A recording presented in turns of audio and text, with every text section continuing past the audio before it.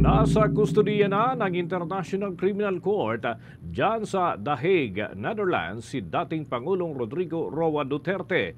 Ito ay ilang oras matapos ang paglapag ng kanyang sinasakyang eroplano dakong alas 11:55 ng gabi o 5 minuto bago ang alas 12 ng hating gabi nitong Miyerkules oras naman dito sa Pilipinas. Sa inilabas nga na pahayag ng International Criminal Court na hawak na nila ang dating Pangulo matapos naman na arestuhin ng mga otoridad doon sa naturang bansa dahil sa madugong war on drugs. At yan ay magugunita nga na noong Pebrero ng taong kasalukuyan nang mag-apply ang Office of the Prosecutor ng International Criminal Court ng arrest warrant laban sa dating Pangulo para naman sa crime against humanity at kasong murder, torture at rape.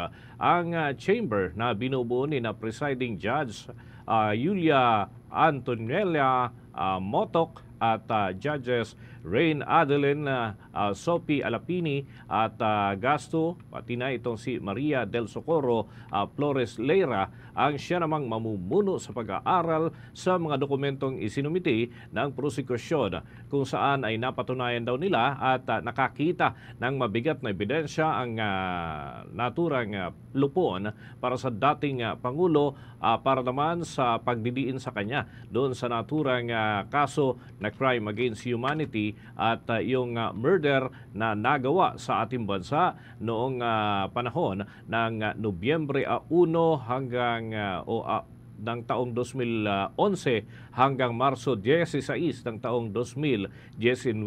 Nakakuha rin daw sila ng ebidensya na pinamumunuan ng dating Pangulo ang Davao Death Squad na nagresulta sa pagkasawi ng ilang libong residente. Matapos naman na mapasakamay sa International Criminal Court ang dating Pangulo ay ilang mga pagdinig ang itinakda para naman sa inisyal na pagdalo nito dyan sa korte. Sa nasabing pagdinig ay kukumpirmahin ng chamber ang pagkakakilanlan ni Duterte, ganon din ang nais na gamiting salita o kaya ay lingwahe na nais gamitin ito sa naturang pagdinig. Naniniwala din ng chamber na naiintindihan ng dating Pangulo ang krimen na umano'y kanyang nagawa, ganon din ang kanyang karapatan sa ilalim ng Rome Statute na siyang founding treaty ng naturang International Court.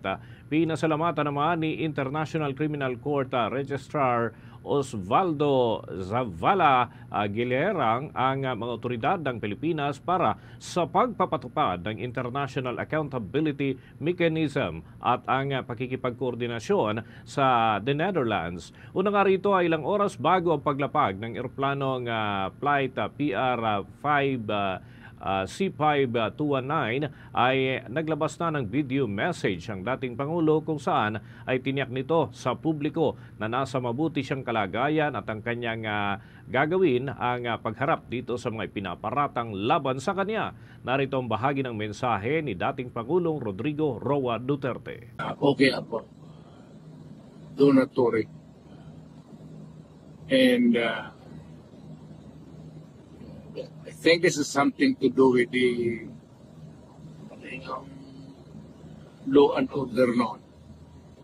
At sinasabi ko naman sa mga polis, military na trabaho kayo at ako ang managot. So ito na nga.